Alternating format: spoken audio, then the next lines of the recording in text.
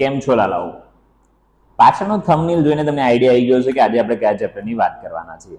આજે આપણે ધોરણ 10 નું વેરી મોસ્ટ ઇમ્પોર્ટન્ટ ચેપ્ટર અને સૌથી સરળ ચેપ્ટર સંભાવનાની વાત કરવાના છે. કેમ સૌથી મોસ્ટ ઇમ્પોર્ટન્ટ ચેપ્ટર? કારણ કે ધોરણ 10 ની બોર્ડની પરીક્ષાની અંદર જો કોઈ સૌથી વધારે ગુણનું કોઈ ચેપ્ટર હોય છે તો એ સંભાવના હોય છે. 80 ગુણમાંથી 14 ગુણનું ખાલી સંભાવનામાંથી પૂછાય છે. એટલા માટે આપણા માટે આ ચેપ્ટર બહુ ઇમ્પોર્ટન્ટ થઈ જાય છે. બીજી વસ્તુ કે સૌથી સરળ છે. ધોરણ 10 ના જેટલા બી ચેપ્ટર છે, 14 ચેપ્ટર છે, એની અંદર આ જે ચેપ્ટર છે સંભાવના એ સૌથી સરળ ચેપ્ટર છે. ક્લિયર? તો આજે આપણે ધોરણ 10 નું મોસ્ટ ઇમ્પોર્ટન્ટ ચેપ્ટર સંભાવના જોવાના છે. બીજી વસ્તુ કે હવે અત્યારે તમે વેકેશન માણી રહ્યા છો, બરાબર છે, વેકેશન માણવું જોઈએ, કોઈ વાંધો નથી, કોઈ પ્રોબ્લેમ નથી, પણ સાથે સાથે દરરોજ 1 કલાક તૈયારી કરતા રહેવું. 1-2 કલાકનો વચ્ચે સમયગાળો મળે એ દરમિયાન તમારે ધોરણ 10 ની તૈયારી કરતા રહેવું. કારણ શું છે? કારણ કે ધોરણ 10 ની જે એક્ઝામ હોય છે એ ફેબ્રુઆરીના એન્ડમાં હોય છે. મતલબ કે અત્યાર સુધી જે પણ ધોરણની એક્ઝામ આપી છે એના કરતાં તમને 1.5 મંથ અથવા 1 મંથ ઓછો મળે છે તૈયારી માટે. એટલે તમે જો વહેલા શરૂઆત કરશો ને તો સારું રહેશે, તમારો સિલેબસ આરામથી કવર થઈ જશે અને રિવિઝન પણ તમે સારું એવું કરી શકશો. એટલે શરૂઆત જલ્દી કરવી બહુ જરૂરી છે. તો વેકેશન માણો, એન્જોય કરો, કોઈ પ્રોબ્લેમ નથી, પણ સાથે સાથે 1-2 કલાક ભણતા પણ રહો. ચલો તો હવે વધારે વાત નહીં કરીએ, ચાલુ કરીએ આપણે સંભાવના. તો સંભાવના એટલે શું? તો થોડું પેલું બેઝિક સમજી લઈએ કે માની લો કે હું કોઈ કોઈન છે, કોઈનને હું ટોસ કરું છું. ઓકે, તો આ કોઈન છે, બરાબર છે. હવે આપણને ખ્યાલ છે કે ભાઈ કોઈન છે એની પાસે બે પરિણામ મળી શકે છે. આ એક તો તમને દેખાય છે છાપ, અને એની પાછળ જોઈ શકો છો કે કાંટો છે. તો હું સિક્કો ઉછાળું છું ને, તો સિક્કો ઉછાળું તો મને ખ્યાલ છે કાં તો છાપ આવશે કાં તો કાંટો આવશે. તો બસ આપણે એ જાણવું છે કે ભાઈ છાપ આવે એની સંભાવના કેટલી, કાંટો મળે છે તો કાંટો મળવાની સંભાવના કેટલી, બરાબર છે. તો આ ચેપ્ટરની અંદર આપણે આ બધી વસ્તુ ડિસ્કસ કરવાની છે. તો સૌથી પહેલા આપણે વ્યાખ્યા ડિસ્કસ કરી લઈએ કે સંભાવનાની વ્યાખ્યા શું થશે. ઓકે, ત્યારબાદ સૂત્ર અને પછી દાખલા જોઈશું. ચલો તો શરૂઆત કરીએ, સમજીએ કે ભાઈ સંભાવના એટલે શું. ભાઈ સંભાવનાની વ્યાખ્યા સમજતા પહેલા એક વસ્તુ સમજી લો કે ભાઈ પ્રયોગ એટલે શું, ઘટના એટલે શું, બરાબર. બે વસ્તુ જો ક્લિયર હશે ને કન્ફ્યુઝન નહીં થાય. બીજી વસ્તુ કે આના જે દાખલા છે ને એ બહુ સરળ છે, ખાલી આ થોડી વ્યાખ્યા સમજવી થોડી ડિફિકલ્ટ છે. પ્રયોગ, ઘટના, આ બે તો એ થોડું ડિફિકલ્ટ છે, પણ જ્યારે તમે દાખલા ગણશો તો આના દાખલા બહુ જ સરળ છે, બહુ ઇઝી છે, આસાનીથી આવડી જશે. ઓકે, પણ આપણે થોડી વ્યાખ્યાને સમજીએ. ઓકે, તો વ્યાખ્યા સમજતા પહેલા એ સમજીએ કે ભાઈ પ્રયોગ એટલે શું. મારી પાસે આ એક સિક્કો છે. ઓકે, હવે આપણે આ સિક્કાને ઉછાળીએ, બરાબર. હું સિક્કાને શું કરું છું? ઉછાળું છું. તો સિક્કાને ઉછાળીશ તો શું થવાનું? તો આ જે સિક્કો ઉછાળીશ તો કાં તો મને છાપ મળશે, કાં તો શું મળશે? મને કાંટો મળે. તો હું સિક્કાને જે ઉછાળું છું ને એ એક પ્રયોગ થયો. ઓકે, આપણે અહીંયા શું કરીએ છીએ? ભાઈ સિક્કાને એકવાર ઉછાળીએ છીએ, સિક્કાને એકવાર ઉછાળતા, એકવાર ઉછાળતા, ઉછાળતા. ઓકે, તો આ જે છે ને આ પ્રયોગ થયો. તો સિક્કાને એકવાર ઉછાળીને તો મને શું થશે? કાં તો મને શું મળશે? કાં તો મને છાપ મળશે, કાં તો મને શું મળશે? કાંટો મળશે. મતલબ કે જ્યારે આપણે સિક્કાને એકવાર ઉછાળીએ છીએ એટલે આપણને બે પરિણામ મળે છે. પ્રયોગના કેટલા પરિણામ મળે છે? બે પરિણામ મળે છે, બે પરિણામો મળે છે, છાપ અને કાંટો. ઓકે, હવે અહીંયા આ જે છાપ આવે છે ને, આ છાપ, ઓકે, કાં તો મને શું મળશે? કાંટો મળશે, બરાબર. બે વસ્તુઓ મળે, કાં તો છાપ મળે, કાં તો કાંટો મળે. તો આ છાપ છે ને એક ઘટના થઈ, છાપ આવે એ શું થઈ? ઘટના થઈ. કાંટો મળે એ શું થઈ? એક ઘટના થઈ. ક્લિયર? તો પ્રયોગ શું છે અને ઘટના શું છે? તો પ્રયોગ એટલે સિક્કો આપણે ઉછાળીએ એ પ્રયોગ કહેવાય. હવે પ્રયોગ છે ને તો પ્રયોગના બે પરિણામ મળી શકે છે, કાં તો છાપ આવશે, કાં તો કાંટો આવશે. હું ઉછાળું છું ને છાપ આવે છે, એક ઘટના થઈ. કાંટો મળે છે, એક ઘટના થઈ. હવે એના નામ શું? આ ઘટના છે ને, ઘટનાના નામ તમે કંઈ પણ આપી શકો છો. ઘટના એ આપી શકો છો, ઘટના બી આપી શકો, સી આપી શકો, ડી, જે ઘટનાનું નામ આપવું એ આપી શકો. માની લો કે છાપ આવે તેવી ઘટના, તો આ જે છાપ આવે તેવી ઘટનાને હું નામ આપું છું ઘટના એ. શું નામ આપું છું? ઘટના એ. ઓકે, ઘટના એ આપણા માટે શું છે? ઘટના એ જે છે એ આપણા માટે છાપ આવે તેવી ઘટના છે. અને ઘટના બી છે, આ ઘટના બી જે છે આ ઘટના બી શું છે? તો ઘટના બી એ કાંટો આવે તેવી ઘટના છે. ક્લિયર? હવે કોઈ સંભાવના છે ને, માની લો કે મારે ઘટના એ ની સંભાવના શોધવી છે, તો એને પી ઓફ એ વડે દર્શાવાય. પી ઓફ એ હું વ્યાખ્યા ઉપર લઈ જાઉં છું. પહેલા થોડું બેઝિક છે. પી ઓફ એ નો મતલબ શું થાય? ઘટના એ ની સંભાવના. હું એમ લખું પી ઓફ બી. પી ઓફ બી એનો મતલબ શું થાય? ઘટના બી ની સંભાવના. પી કેમ લીધો? પી એટલા માટે કારણ કે ઇંગ્લિશમાં સંભાવનાને પ્રોબેબિલિટી કહીએ છીએ. ઓકે, તો આ પી પ્રોબેબિલિટી એટલે કે સંભાવના. કોની સંભાવના? એ ઘટના બનવાની સંભાવના. પી ઓફ બી એનો મતલબ શું થાય? ઘટના બી ની સંભાવના. પી ઓફ સી લખું તો એનો મતલબ શું થશે? કે ઘટના સી ની સંભાવના. ક્લિયર? હવે વ્યાખ્યા કરીએ. હવે તમને વ્યાખ્યા આરામથી સમજાઈ જશે. જો સંભાવના એટલે શું? સંભાવના તો સંભાવના એટલે શું? કોઈ પ્રયોગ માટે, કોઈ પ્રયોગ એટલે સિક્કો ઉછાળીએ છીએ એ કોઈ પ્રયોગ થયો, તો કોઈ પ્રયોગ માટે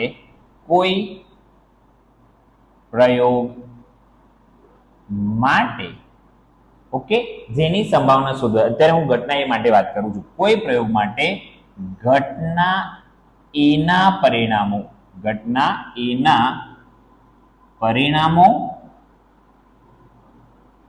અને પ્રયોગના કુલ પરિણામો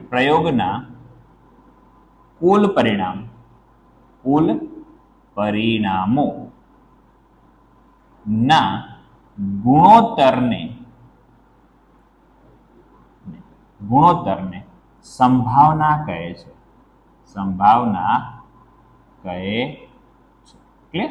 તો સંભાવના એટલે કઈ નહીં પણ એ જે ઘટના બને છે, કોઈ ઘટના છે, માની લો કે છાપ આવે, એના પરિણામો અને જે કુલ પરિણામો છે એ બંનેનો ગુણોત્તર લઈશું તો એને શું કહેવામાં આવશે? સંભાવના.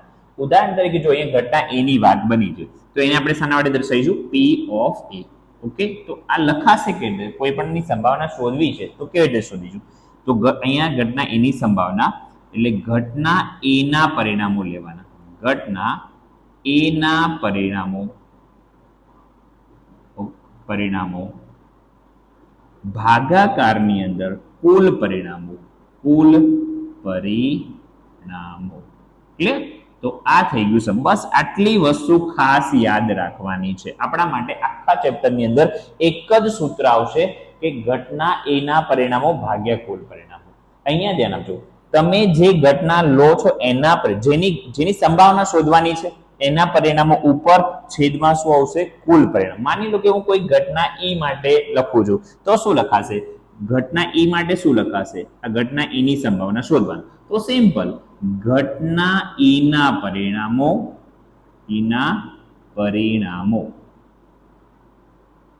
છેદમાં શું આવશે? છેદમાં કુલ પરિણામો.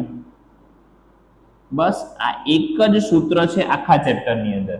તો સિમ્પલ એટલી વસ્તુ યાદ રાખજો, જેની પણ સંભાવના શોધવાની છે એના પરિણામો આપણે ઉપર લખીશું અને કુલ પરિણામો ક્યાં લખીશું? છેદમાં. આ બંનેનો જે ગુણોત્તર લઈશું એને જ સંભાવના કહેવાશે. ક્લિયર? તો હવે અહીંયા માની લો કે આ દાખલા માટે હું એમ કહું કે ભાઈ છાપ આવે તેની સંભાવના કેટલી? અહીંયા જે સમજાયું એના માટે મારે શોધવું હોય કે ભાઈ છાપ આવે તેની સંભાવના કેટલી. જો તો આ છાપ માટે શું લીધું છે? ઘટના એ લીધી, તો પી ઓફ એ. બરાબર છે? ચલો, છાપના પરિણામ કેટલા છે? અહીંયા બે પરિણામ છે, એક છે છાપ અને બીજું છે કાંટો. એ તો કુલ પરિણામ છે. છાપ કેટલી વાર દેખાય છે? છાપ એક જ વાર આવી શકે, તો એક ઘટનાના પરિણામ એક છે. કુલ પરિણામ કેટલા છે? 2. તો છેદમાં શું લખી દઈએ? 2. તો અહીંયા છાપ આવે ને તેની સંભાવના કેટલી થશે? 1/3. આ તો ખાલી સમજાયું છે, બાકી દાખલા આપણે ગણીશું, દાખલાઓ આપશે ત્યાં ડિટેલમાં આપણે સમજીશું. આપણે અત્યારે ખાલી જસ્ટ વ્યાખ્યા સમજ્યા છીએ. ઓકે, તો હવે બીજી વસ્તુ એક ધ્યાન આપજો. અહીંયા મેં પી ઓફ એ લખું છું. પી ઓફ એ એટલે હવે તમને સમજાઈ ગયું છે કે સર અહીંયા પી ઓફ એ એટલે ઘટના એ બનવાની સંભાવનાની વાત કરી રહ્યા છે. વેરી ગુડ, રાઈટ, આ જ વસ્તુ છે. હું એમ લખું ને કે પી ઓફ ઈ, એનો મતલબ શું થઈ ગયો કે સર અહીંયા વાત કરીએ કે ઘટના ઈ ની સંભાવનાની. ઓકે, ચલો, તો કોઈ પણ ઘટના બને છે ને એને પી ઓફ એ લખાય. હવે એની એ જ ઘટના ન બને એને કેવી રીતે લખાય? માની લો કે અહીંયા ઘટના એ બને છે એને આવી રીતે દર્શાવાય. તો હવે આ ઘટના એ ન બને,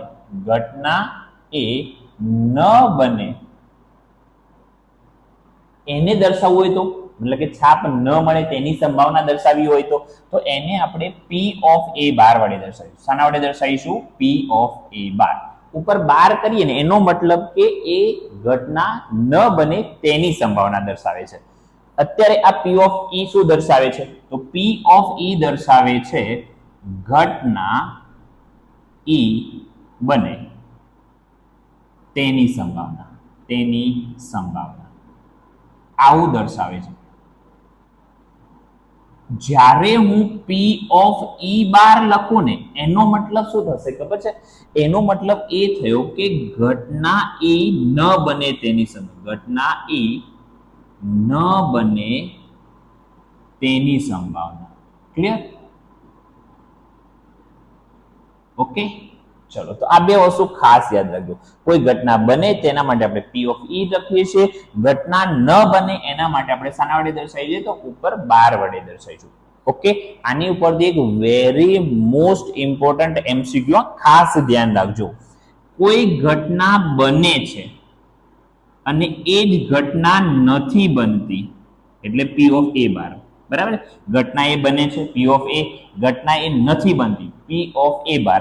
આ બંનેનો સરવાળો કરીશ ને એ હંમેશા મને 1 મળશે. આ વેરી મોસ્ટ IMP ઘણી વાર ખાલી જગ્યામાં પૂછાય છે PA વત્તા PA બાર બરાબર ખાલી જગ્યા. તો આ બંનેનો સરવાળો હંમેશા શું થશે? 1 થશે. અથવા આવું ન પૂછે તો આવી રીતે પૂછે P of E વત્તા P of E બાર બરાબર ખાલી જગ્યા. તો એ ખાલી જગ્યામાં આન્સર શું લખવાનો છે? 1. હવે બીજી વસ્તુ એક સમજો, આને આ જ વસ્તુને હું શબ્દમાં પણ પૂછી શકે છે.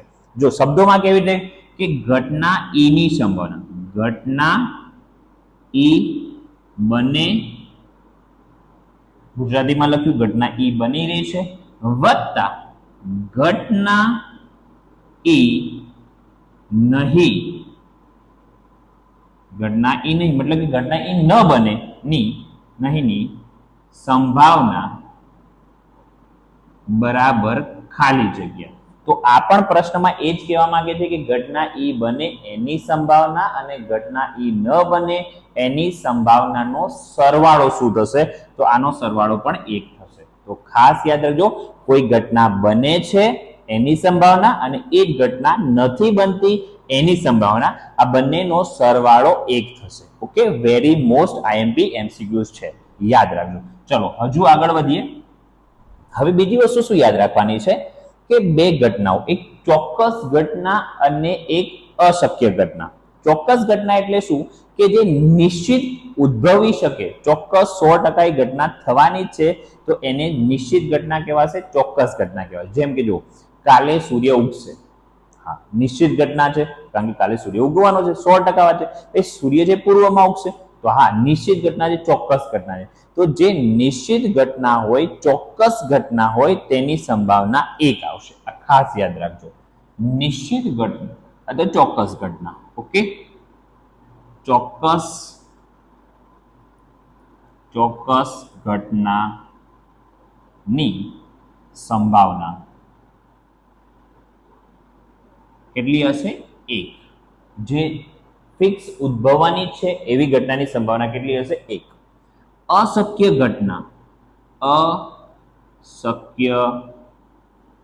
ઘટનાની સંભાવના.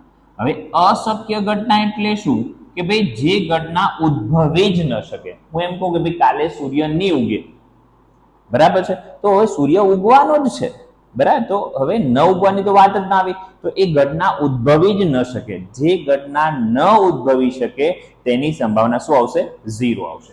તો મતલબ કે અશક્ય ઘટના છે, જે ઘટના ન ઉદ્ભવી શકે એવી ઘટનાને અશક્ય ઘટના કહીએ છીએ અને એની સંભાવના શું આવશે?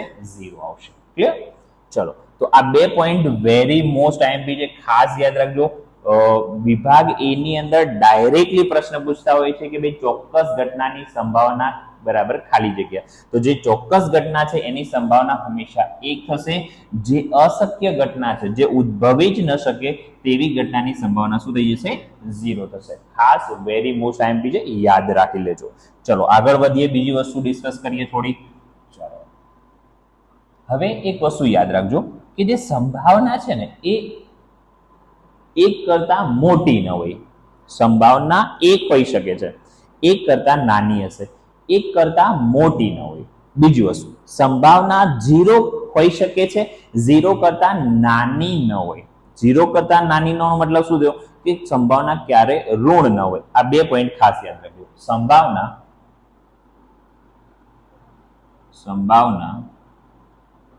1 અથવા 1 કરતા નાની હોય. ઓકે, સંભાવના 1 હોઈ શકે છે, 1 કરતા નાની પણ મળી શકે છે.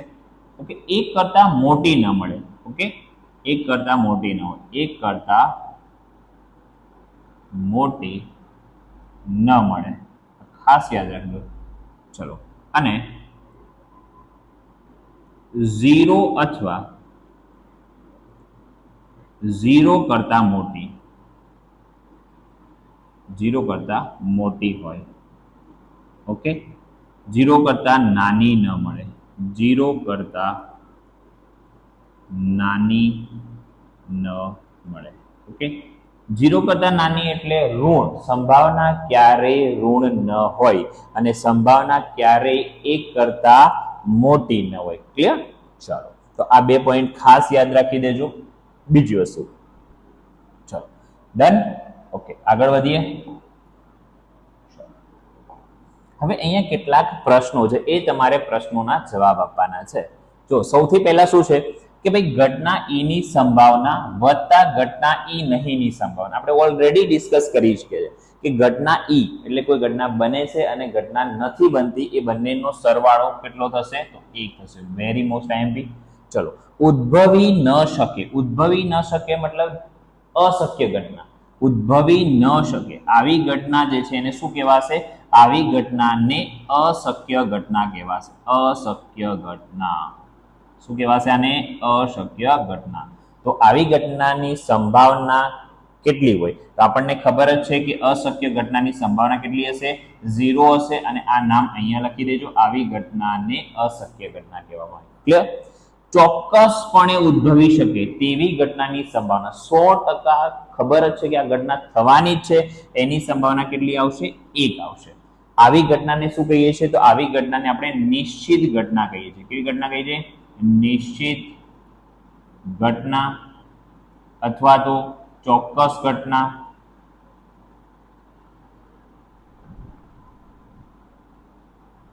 ઓકે, આવી ઘટનાને બીજું શું કહેવાશે? ચોક્કસ ઘટના. ઓકે, પ્રયોગની તમામ મૂળભૂત ઘટનાઓની સંભાવનાનો સરવાળો કેટલો છે? ઓકે, હવે આ શું કહેવા માંગે? પ્રયોગની તમામ મૂળભૂત ઘટનાઓની સંભાવના. જેમ કે આપણે સિક્કો ઉછાળ્યો તો સિક્કો ઉછાળ્યો એટલે 2 ઘટનાઓ થતી હતી. કઈ 2 ઘટનાઓ? કાં તો છાપ આવે કાં તો કાંટો આવે. હવે છાપ આવે એ અને કાંટો આવે એ, આ બંનેનો સરવાળો કરશો ને તો પણ 1 મળશે. તો પ્રયોગની તમામ મૂળભૂત ઘટનાઓ, તો એમનો સરવાળો કેટલો થશે? તો પ્રયોગની તમામ મૂળભૂત ઘટનાનો સરવાળો પણ 1 થશે. જે પણ પ્રયોગ હોય ને એ પ્રયોગની અંદર જેટલી પણ ઘટના ઉદ્ભવતી હોય એ બધાનો તમે જો સરવાળો કરશો ને તો એ સરવાળો તમને કેટલો મળશે? સરવાળો 1 મળશે. ક્લિયર? ચલો આગળ વધીએ. ઘટનાની સંભાવના ખાલી જગ્યાથી મોટી. જો ખાલી જગ્યાથી મોટી, કોના કરતા મોટી કીધું હતું? 0 થી મોટી. 1 થી તો મોટી ના હોય, સંભાવના 1 કરતા મોટી ન મળે. તો 0 થી મોટી અથવા તેના જેટલી. હા, 0 થી મોટી હોઈ શકે છે, 0 જેટલી 0 પણ હોઈ શકે છે. અને ખાલી જગ્યાથી નાની, સંભાવના હંમેશા 1 કરતા નાની મળે. તો બીજી ખાલી જગ્યામાં શું આવશે? 1 થી નાની અથવા તેના જેટલી હશે. ક્લિયર? તો આ વ્યાખ્યાઓ વેરી મોસ્ટ ઇમ્પોર્ટન્ટ છે, ખાસ યાદ રાખી દેવાનું. 100% આમાંથી 1 ગુણ પૂછાતું હોય છે પરીક્ષાની અંદર. તો આ આપણા માટે બહુ અગત્યની વસ્તુ છે, ખાસ નોટ કરી લેજો. આગળ વધીએ. દાખલા જોઈશું સંભાવનાના. ક્લિયર? તો અહીંયા પહેલો દાખલો છે કે સિક્કાને એકવાર ઉછાળવામાં આવે ત્યારે છાપ મળવાની સંભાવના શોધો તથા કાંટો મળવાની સંભાવના શોધો. તો સિક્કાને કેટલી વાર ઉછાળીએ છીએ? અહીંયા સિક્કાને આપણે 1 વાર ઉછાળીએ છીએ. ઓકે, સિક્કાને આપણે 1 વાર ઉછાળીએ છીએ.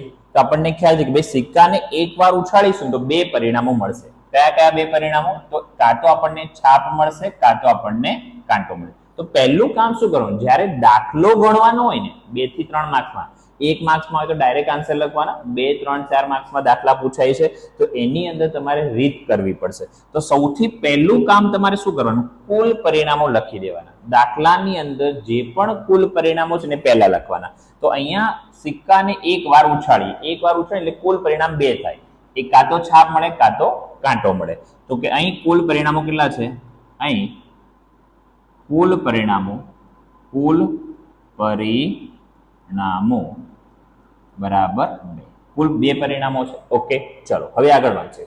હવે શું શોધવાનું છે, પહેલી જે ઘટના છે છાપ મળે તેવી શોધવાની. 2 દાખલા ગણવાના, છાપ મળે તેની સંભાવના 2 શોધવાની છે અને કાંટો મળે ને એની સંભાવના પણ શોધવાની છે. તો 2 વસ્તુ શોધવાની છે. તો હું અહીંયા 1 નંબર આપીને લખું છું. ધારો કે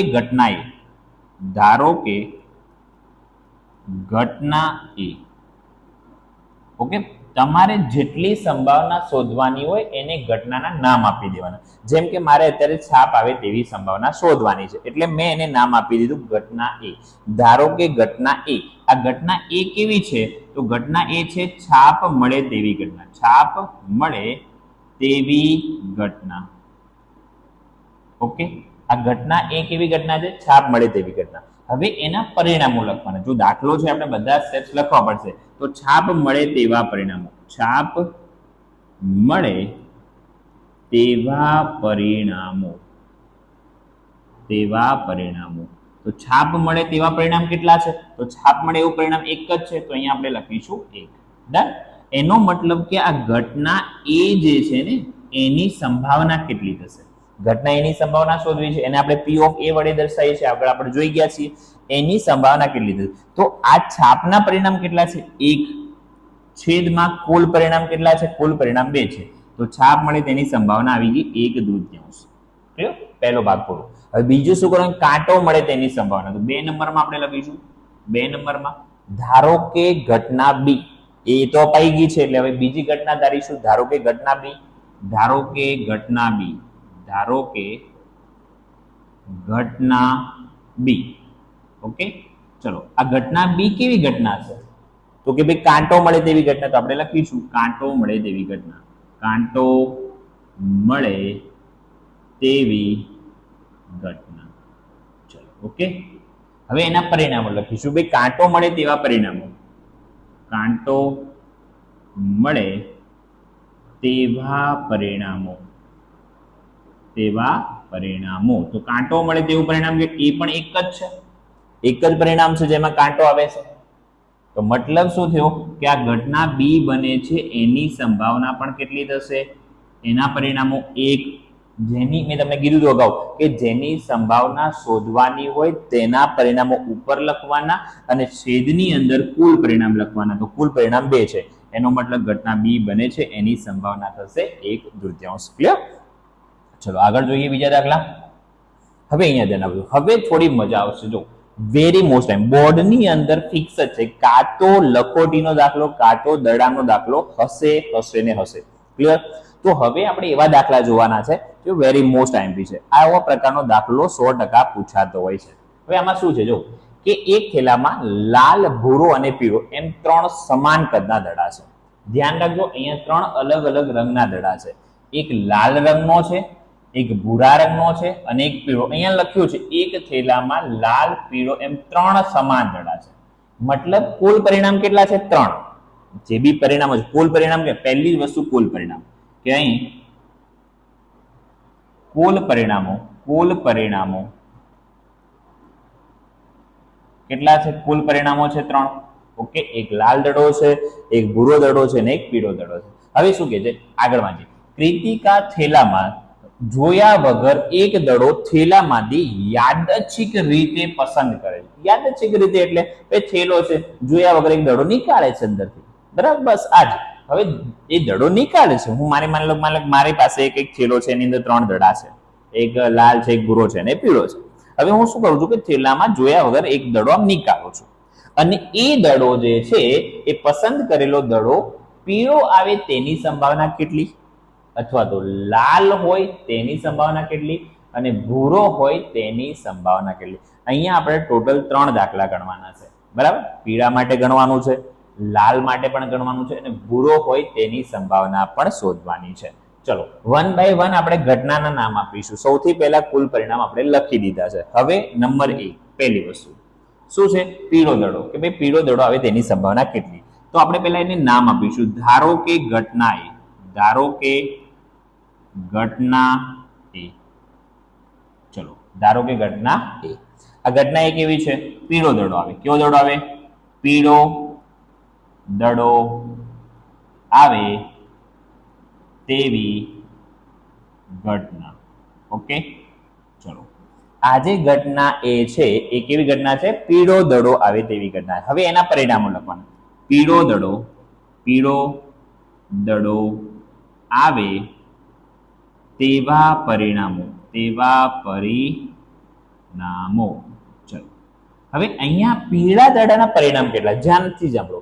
અહીંયા 3 દડા છે. એક દડો લાલ રંગનો છે, એક ભૂરા રંગના કેટલા દડા? એક દડો. પીળા રંગના કેટલા દડા છે? એક દડો. દરેક રંગના એક એક દડા છે. પીળો દડો આવે તેની સમજ. તો પીળો દડો કેટલા છે? એક જ છે. તો મતલબ કે એના પરિણામો કેટલા છે? એક. હવે આ ઘટના એ બને છે, પીળો દડો આવે એની સંભાવના કેટલી? એના પરિણામો કેટલા? એક. કુલ પરિણામ કેટલા? 3.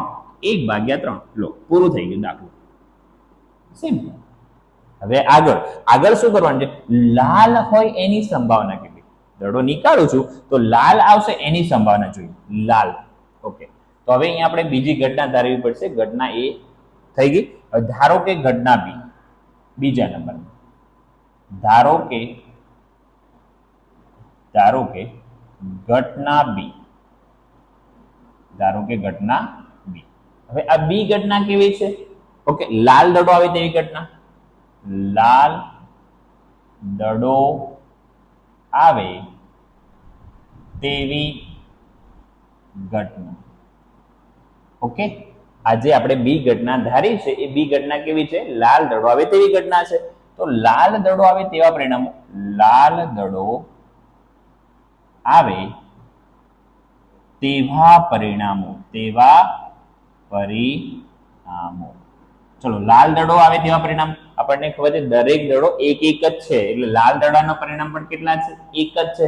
મતલબ કે આ ઘટના બી બને છે એની સંભાવના કેટલી થશે? તો 1 ભાગાકારમાં કુલ પરિણામ. કુલ પરિણામ 3 દડા છે તો 3. તો આનો આન્સર પણ આવશે 1/3. હજુ આગળ જોઈએ ભૂરા રંગ માટે. તો હવે ભૂરા રંગ ત્રીજી ઘટના છે. તો હું અહીંયા 3 નંબર કરું છું. ત્રીજી સંભાવના શોધવાની છે. તો એને આપણે કંઈક નામ આપીશું. ધારો કે ઘટના સી. એને શું નામ આપીશું? ઘટના સી નામ આપીશું. હવે આ સી ઘટના કેવી છે? તો ભૂરો દડો આવે તેવી ઘટના. કેવી ઘટના છે? ભૂરો દડો આવે તેવી ઘટના. ઓકે, આ ઘટના સી જે છે ને એ કેવી ઘટના છે? કે ભાઈ ભૂરો દડો આવે તેવી ઘટના. ભૂરો દડો આવે તેવા પરિણામો લખીશું. અહીંયા લખીશું ભૂરો દડો આવે તેવા પરિણામો. તો ભૂરો દડો છે એવા પણ કેટલા પરિણામ? એક જ પરિણામ છે. ભૂરો દડો એક જ છે. ઓકે, હવે ઘટના સી, ઓકે, મતલબ ઘટના સી બને એની સંભાવના, એના પરિણામો એક છે. કુલ પરિણામ કેટલા છે? 3 છે. ઓકે, તો એકદમ સરળ દાખલા છે. ખાલી જે વ્યાખ્યા હતી, શરૂઆતનો જે પોર્શન સમજવાનો હતો એ થોડો ટિપિકલ હતો. બાકી હવે બધું સરળ છે, એકદમ સિમ્પલ છે.